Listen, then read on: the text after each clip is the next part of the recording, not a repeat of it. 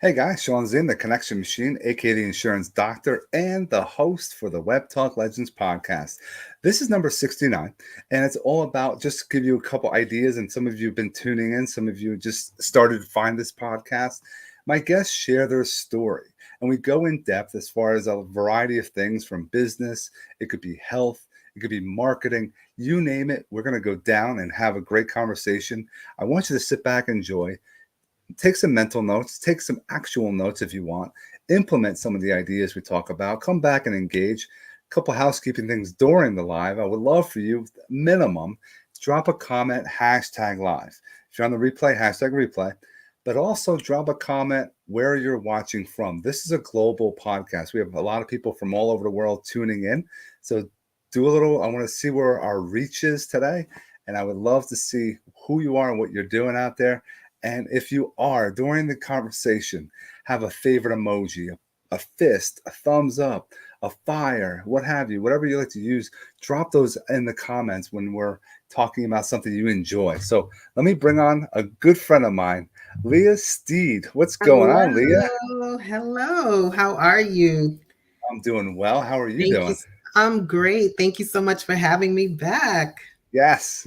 I'm always interested to find out even more. Like we had a short little bit on my little show I have, but I know this could be very beneficial, very valuable for those that Yes. are tuning in.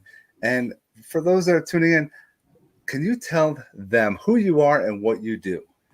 So, my name is Lea Steed. I am reside in New Jersey currently, and currently I am an air import coordinator for a freight forwarding company. I'm a former realtor and loan officer. Currently, I am also dabbling in investing, wholesaling. Um, and I'm also now getting back into the health and wellness industry and working towards becoming a stretch and flexibility coach. A lot to unpack there. The Yeah, first thing, what's the thing you're doing right now? It's what? I'm an air import coordinator. I'm a team Now, lead actually for a doing freight this? forwarding company. Are you down at the docks? What is going on? What are you doing? No, I'm actually remote. I pretty much work remotely. And basically, I work for a freight forwarding company which imports. I'm on the import side. So we import goods, different items into the United States for various companies coming from out of the country. So I personally, one of my main accounts is Christian Dior. Okay. Think you heard of it. Yes. So I a lot of their clothes, their items that they have for different stores and different store launches, and we did. They had a pop up shop in Riviera in California, and we bring all their goods in from France. You know, there's a whole process that it has to go through, has to get custom cleared to come into the States. And depending on what type of item it is, it may have to get uh, checked by custom because it's fish and wildlife or it may Hmm. be dangerous goods. And so basically, we bring it in from France into the US and then we get it to the final destination, whichever store it needs to go to. Pretty impressive. Very impressive. I want to Thanks. shout out. We have Marlon from New Zealand checking us Oh, out. wow. Thanks so Hey, much, New Marlon. Zealand. Yeah, we have a variety of people going to check in with us, if not live, if definitely on the replay. So it's definitely Awesome. something that we're in it all over the world. So this is going to be pretty exciting. So now let's go way back before real estate, Mhm. before mortgages. Who were you back then? Who were you in high school? Were you Ooh. into sports? Were you into like the books? Where was Leah Um, then? you know what's funny in high school? I wanted to, so originally I wanted to be like my mom, and she's a nurse. So, but she worked pediatrics with the babies. And Yep. so in my mind, that's what I wanted to do, work with pediatrics. So I went to a high school in Brooklyn. I grew up in Brooklyn, New York. Hmm. And in that school, they had a nursing program. So a couple of days we would go into the hospital to do our time there. and they put me in one of the worst hospitals had to be in Brooklyn. And after that, and they don't tell you, well, my mom never told me that when you're getting into the process of nursing, you don't get to choose where you go. You Mm. can't tell them that you want to go to pediatrics or you want to work in labor delivery. You go wherever they put you. And I didn't like where they put me. Big turn So, off. yes. So that kind of ended the nursing uh, love that I had because I was just used to being with the babies with my mom. So, so in high school, that's, I wanted to do nursing, and then I quickly grew out of that. And oddly enough, I had worked with a real estate company Mm. for a little bit in Brooklyn. And who knew full circle that I would, as I get older, that I would become a realtor and be in real estate. Um, but it was my mom and I growing up. My background, my mom is from Panama. My mom and my dad are from Panama. And majority of my family is from Panama. I used to go there every single year Hmm. growing up. Um, and it was growing up, it was good. It's really just my mom and I. She's my best bud. um and I've always had an entrepreneur mindset, always wanting to do different things and try different things. Always knew that multiple stream of income was always the way to go. And nothing that I've ever taught, it was just kind of innate, the entrepreneur spirit that I had. And my mom would even say, she's always got her hands in something, she's always doing something. I was So going to ask you if she's like almost like a mentor that you've had growing up, going in that mindset she of being an actually entrepreneur. was just a nurse. She went to school. I mean, she definitely taught me how to keep pushing, and no matter what, to keep at it, because it was just her and I growing up. And when I was in school, she finished her bachelor's degree and became a registered nurse. And I saw all her hard work and time that she put in, and still was able to take care of me and spend time with me and go on vacations every year. Like, she made it happen. So tell us, how has she helped mold you to the step parent that you are today? So she has showed me that love and dedication um, trumps everything. No matter what you face, no matter what you have to do, but to show constant love and to show consistency and dedication is very important. And as a step parent, um, it kind of may be more important, because it's like you kind of have to prove to this kid that you're really there for them, not just for their parent, but you're there for them as well. No, I love that. It's something that some people have it, this is my kid, I'm going to parent this way. There's a co-parenting that sometimes the Mhm. actual parents are able to do. And there's ones that now you fall in love with your husband, who now you have to develop, You gotta fall becoming in a love with the parent kid with a too. kid. And It's a package deal. yeah, they won't, when they are dating, they're like, oh, they find out they have a kid and they're like, oh, time out, I'm done. I'm not going down Mhm, that path.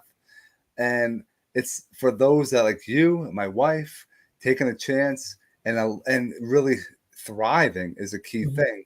And like mhm. you said, being consistent, you have to, and showing that love will do huge things for your relationships that you're having with your kids. And it's a learning curve, especially for me, because I didn't have a kid prior to my stepson. So he was and is my first. Oh, there's somebody has three stepkids. Three step That mark. is, Yep. so he's my first kid, you know, and it definitely is a learning curve. I met him when he was 5.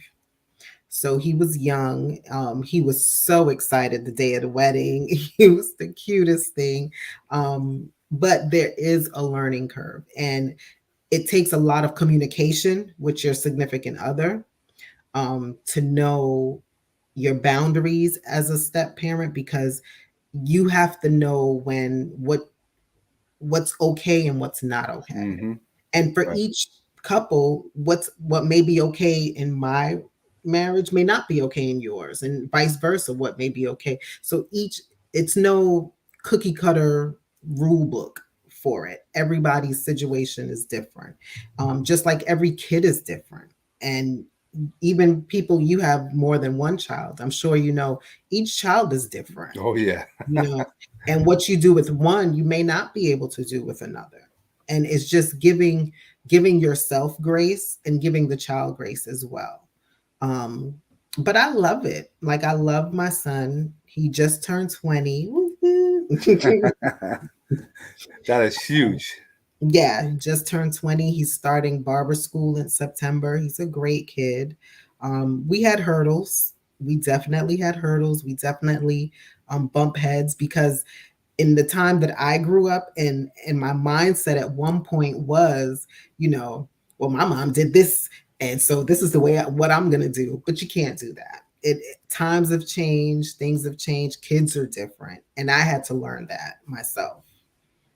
No, it's definitely true. But being there, like being present, is a very important Consistently. thing. Hmm. And a lot of people with the phone, they don't put the phone down. But Hmm. actually be in the moment with Be present. whoever you're with, be present is a very powerful thing. And And that's hard now, especially with all the social media and yeah, everything that's out there. It's hard. and Everything's vying for your attention. all those shiny objects they're looking for, and if it's the board, nobody's bored anymore. Kids don't understand being bored is a good thing, so you Mhm. learn how to be creative, Yeah. and they're losing that because on board, so they have to get on TikTok, they got to get on Instagram, they have to go on to different social media. Yeah, we didn't have that back then. No, not You at had to all. color or read something. That's foreign nowadays.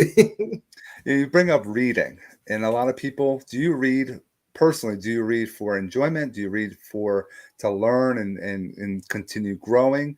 Is it something you're doing consistently now, or is it something that you've done in the past? So reading didn't come easy for me. Like, I get bored sometimes when I'm reading. So I read with purpose. I read to learn something, or like I read, and I have to intentionally say, okay, I'm going to finish this book, and not just read a couple pages, put it down, and don't pick it up. So I read, oh gosh, habits. Oh, okay. There's I know Atomic Habits is. I have. Yes, Atomic Habits. And there might be one other one too. I'm trying to look at my book. There's another habit one too. I forget, but yeah. But Atomic Habits was really good. And I was able to go through that and finish that book and take a lot of, notes from it in that book. I read books about purpose. Um, Somebody said the word bored is a swear word in my mom's house. That's true. There's always something to do. My mom used to say, go read a book. You can find something to do.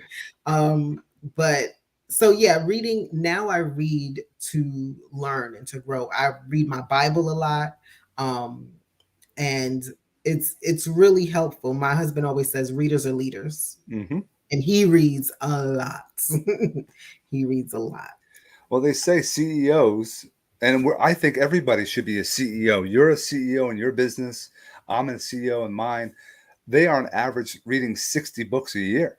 And Mm, people are like, oh, I don't have time. And they make those excuses. Oh, I have kids.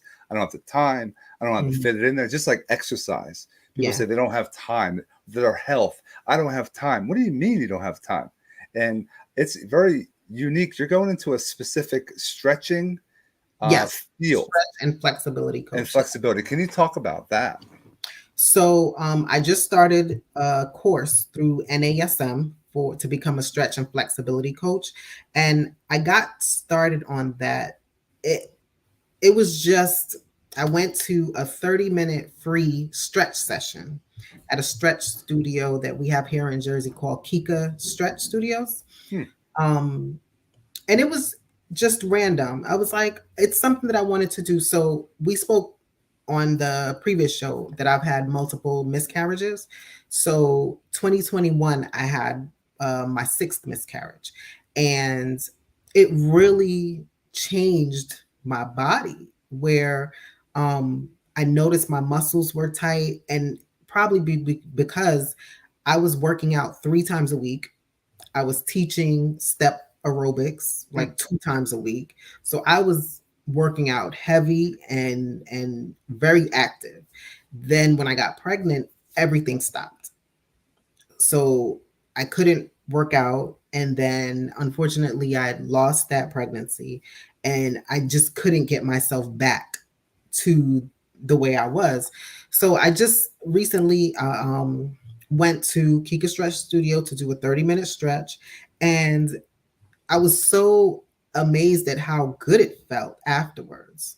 And it made me start like looking up stretching and what stretching does to your body. And I learned about the fascia system, Hmm. which is so we have the fascia, which is connective tissue that surrounds our organs throughout the throughout the layer of your skin, all throughout your body. You have the fascia system, which is connective tissue, um, and your fascia system, along with your organs, can store trauma and stress.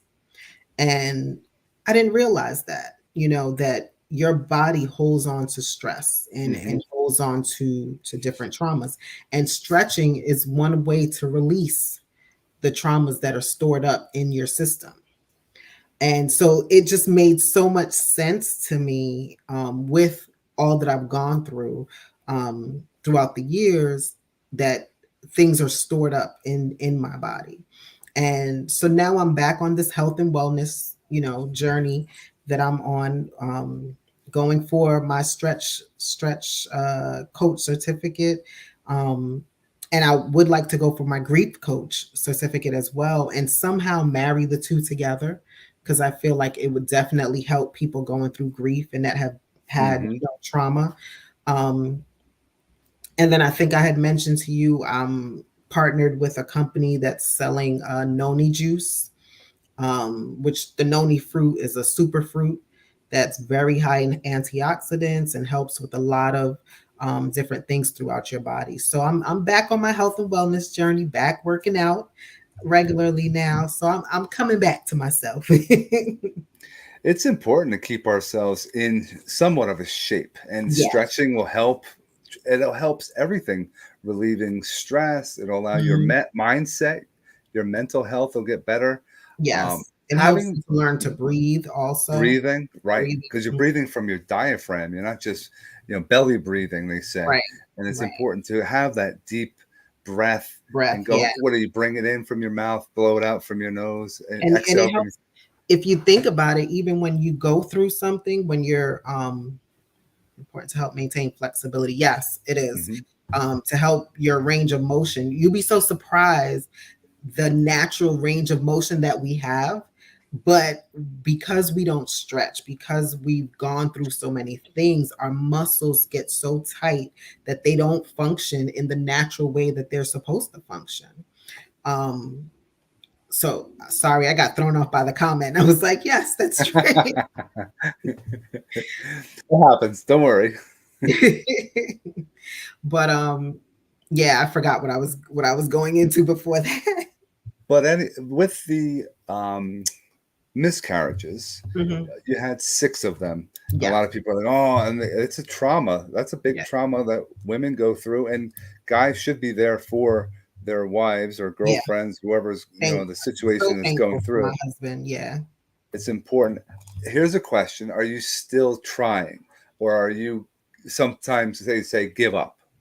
At this point, I'm not trying. I'm 42.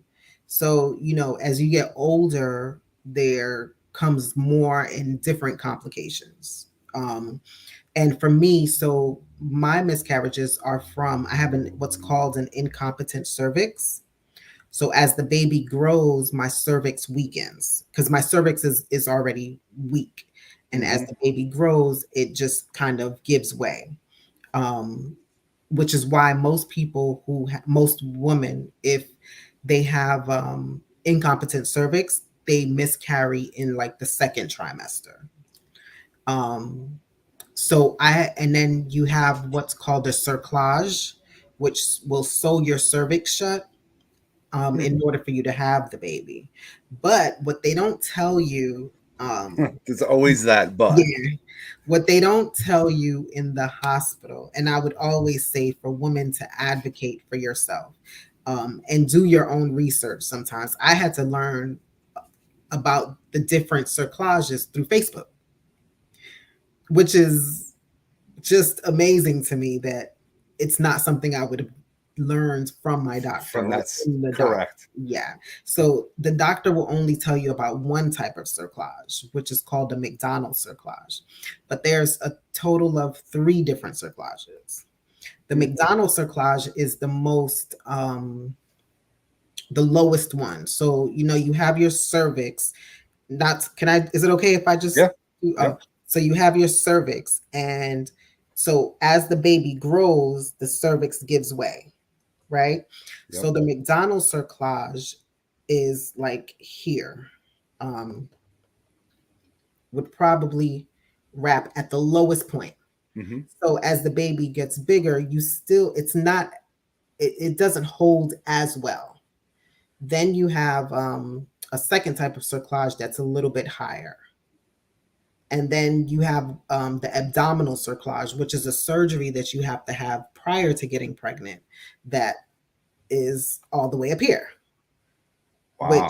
which would be better because now it's less room for it to give way. It holds tighter at the top. But a lot of doctors don't do it. Hmm. So I got the second cerclage, which is the transvaginal cerclage, and I had to go all the way to Philly to get it because that was the only doctor that did it. That was the closest one to New Jersey. Closest one. Yeah, Wow. New Jersey was Philly. It was either that or there's another one in, I think it was Chicago. So I got that one, but that one didn't hold for me. So the next step would be the abdominal one. And that one you have to get prior to getting pregnant. And it's a Very interesting. actual, That's hey, you taught me something. I didn't know about this. This is interesting. Wow, very interesting. And those that are watching, if you had something like this, please drop a comment. We'd love to hear about it and your yeah. experiences as well. And I'm Because all for, talking. Anybody who has questions may, if they're going through it and they, have any questions, they can definitely reach out. I'm fine with it.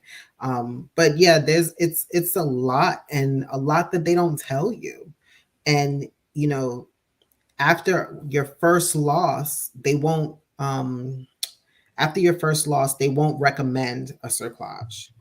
They don't label you as having incompetent cervix until you've had about two or three second trimester losses. Um, and I'm like, I wish they would have told me this after the first one. I would have just went straight to the cerclage after that, but they don't tell you. no, that's something that they should be sharing for sure. We have another one. We have Jan from New Zealand popping in. So thank you, Hi, Jan. Jan, New Zealand is in the building. Yeah. Now this I appreciate you sharing and being very transparent. And again, those that have questions, drop them in the comments. We'll get back to you even in the future as far as Yeah, those that are watching in the replay because it's a topic that many people don't talk about. And it's something mhm.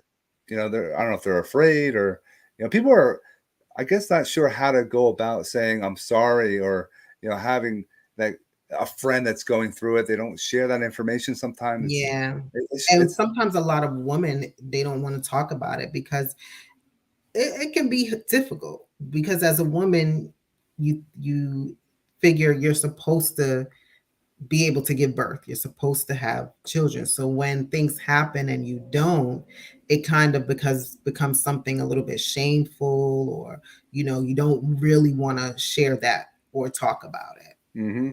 But it And happens to a lot of people. there's lots of opportunities to have conversations, and that's the Mhm. important things. Just to learn and be Yeah. educated on things. That's a powerful thing. I want to switch gears, and you were talking about wholesaling, Yes. and that's something that some people don't know about. And I don't know if they do in other countries that are popping in. If they do it in New Zealand, can you share how you're that process and how that you're going down that road as far as a new resource, as far as an income stream?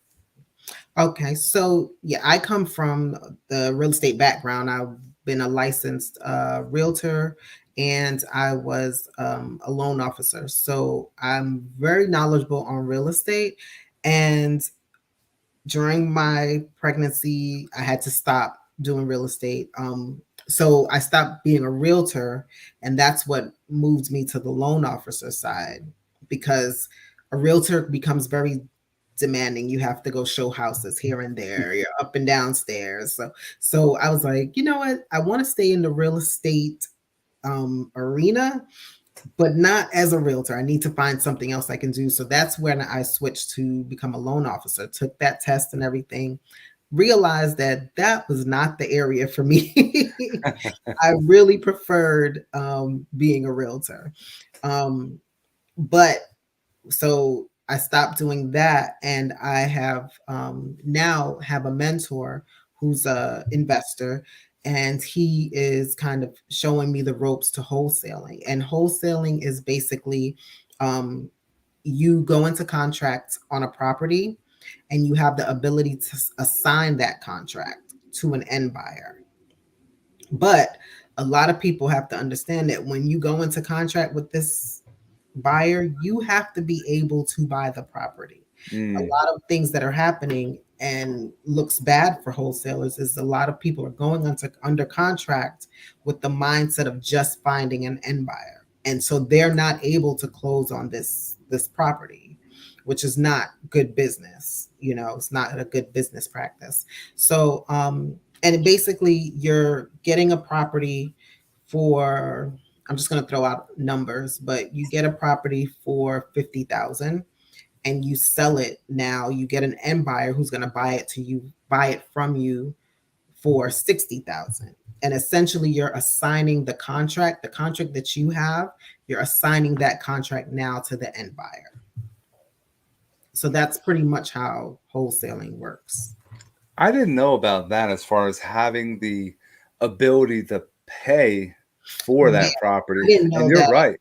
either. I always thought, well, you could just get into contract with somebody and then you just find an end buyer, but you're not really helping the person if you don't find an end buyer. Now you can't close on that contract. Now you got to default on this contract. So in doing some research, I found out that as a wholesaler, you should have the ability to buy this property if, you know, you can't find the end buyer or something to that effect, but you should be able to, you know, close on that property. And for those that are watching, you if it's 50,000 and you have a contract for 60, that $10,000 is going to the wholesaler Right. for their or anything. They can make a 5, 10, 50, whatever number that Right. is, and you're able to make that money without having to qualify to buy the house. Right. That's the old school way, is like just get a distressed buyer or a Right. seller Seller. who needs to get rid of it, and then you get that contract and you find that person that has the money The to end get buyer. it done. Right. Right. Right. So that's very interesting. It's So something you're that just assigning the contract to the end buyer. a little less risk Yeah, on the wholesaler. That's yeah. And it's always good to be able to have buyers. So that's key, being able to have end buyers. And when you have buyers and you know what they're looking for, now you can go and, you know, target properties that fall into your buyer's scope. So now when you do get this property, you know, okay, Mr. So and so, this is his kind of property. He'll be able to, you know, be an end buyer for this property. And then that's how you keep, you know, a good flow. yeah, you always have that. You can have a solid money man, money woman that you funnel all your opportunities to. So Mhm. that's definitely pretty awesome right there. I want to catch up with some people that are popping in here. We have Jan, she's from New Zealand. We have she's gonna have to catch the replay. We have wifey had a hysterectomy after Oh her third wow. Third baby. baby. Oh wow. We have thanks for coming, Leah. Looking forward to the replay. Thanks, Jen. We have, oh, I agree. The stretching and strength training for agility too is super important. Yes. A company recently aligned myself with online. I could be aligning themselves with a real estate company to help people into homes. Okay. Oh, nice. That's something that is beneficial. I want to end on the importance of water. Let's help those that are out there, because some people don't realize how important this is, and it's not, in some places in the world, this is a very difficult thing to get. Mhm. This is very important to have consistently. What can you share for those that are watching about the importance of water? So, drinking water is essential. Most of our body is made up of water. And it's crazy because a lot of people who want to lose weight don't know that drinking water can help you. My husband and I, we did a cleanse, like a Hmm. detox, a while ago, and it consisted of shakes. We ordered it, so it's like protein shakes. It was a green drink, and then we had to drink a certain amount of water every day. And when I first started, I was like, oh my gosh, I got to use the bath. I'm going to have to use the bathroom constantly. But you lose a lot of water weight drinking water, because Yep. water helps flush your system also. Um, so water is key. Water is key. You have to drink water. Now we've actually, in my house, we don't even drink a whole lot of juice when we're eating our meals. We'll just drink water. And especially people who work out need to drink even more water, because as you sweat, you perspire, Yes. you're losing the water from your body, and now you have to replenish back into your system. Your muscles, your tissue, they need water in order to function as well. So water is essential. Helping with that. If you're sore the next day, having I'm always, gallon of water is my minimum, and I'm always making sure that I'm drinking it consistently every day throughout the day. I try to Mhm. cut down on any like soft drinks, water. Sometimes I Yeah, have a beer here and there or wine, but it's not something that I'd rather drink this, because it's something yeah. that will keep us healthy for a lifetime. So I want to, and I'm not sure if I have the link, and if I want you to get me that link for that noni juice, The so noni. Mhm. noni, so we can help those that are watching and want to check that out. We'll put that in the description, Okay. and if you want to connect with Leah, you can connect with her, friend request her on WebTalk, and check her out on the other platforms that we have in the description, because I think there's lots of value that you can gain from her, as you can tell from this conversation. Thank And you. if you have questions about anything, she's an open book. She's Yes. very sweet. She's there for everyone. It's all about helping. And Yes. we have, let's see, great value insight on real estate, importance of having in buyers. Definitely love, enjoy water. Thank you so much, Jan. 50% water and milk. Okay. I don't like drinking water straight. That's interesting. That's almost like a skim milk, actually, Yeah. opportunity. Got So to force myself. I don't drink regular milk. I drink almond milk. Um, just my husband is big on the almond milk, so we drink almond milk. Um, I'm not sure. Do you drink regular milk or? I have usually, I'll drink some skim milk if I drink Okay. milk.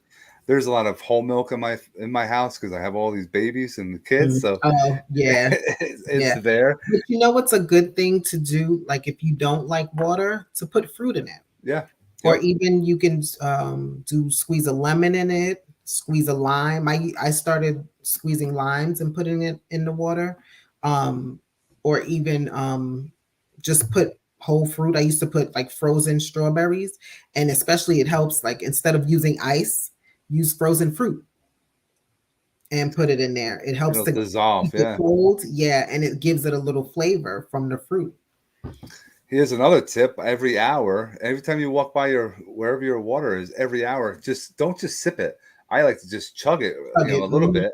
So now every hour, you're going to get a chug in. You'll Mhm. go through a lot of water in a And short. now with the different technology we have, you can put reminders on your phone, you can put reminders on people have their watch, that can give them reminders. So there's ways to, make sure that or they have the water bottles that have the lines on them. Yep. And it tells you certain things. Yeah. So there's different ways, but definitely try to fruit and squeezing a lime or a lemon and using the frozen fruit as like ice cubes. Instead of using ice, just put frozen fruit in there. It'll give it some flavor to it. Excellent. Lots of value, Lea. Thank you so much for being with us. Thank you for having me. This was fun. This is fantastic. I want to thank everyone that's tuning in now. You're going to have to wait until this upload so you can get the whole conversation. Don't forget to subscribe if you haven't already to this channel, and also share this video. We want to help as many people and have more reach. So if you can share it or tell a friend to watch it, we would love to help other people. Everyone to share. Yes. And don't forget to check out the description. Look at all the links. Look at all the opportunities that we are providing for you. And again, we hope you have an awesome rest of your day. Yes.